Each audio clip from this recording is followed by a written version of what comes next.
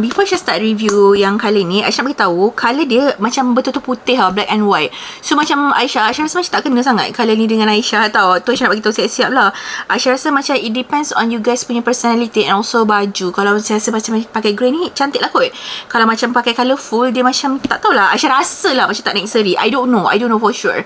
Kena tunggu Kak Ayah review kot. Sebab Kak Ayah kan suka pakai baju colour-colour, Aisyah kan selalu monoton je.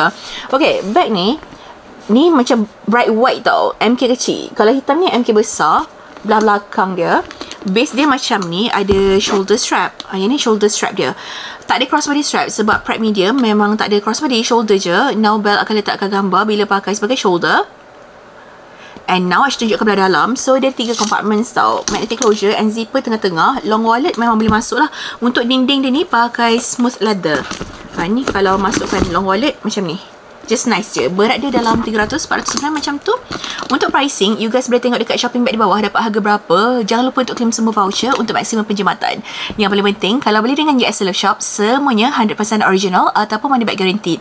Untuk cara pembelian, boleh tekan dekat shopping bag di bawah. If you guys have any further question, boleh juga komen down below dan jangan lupa tekan button follow.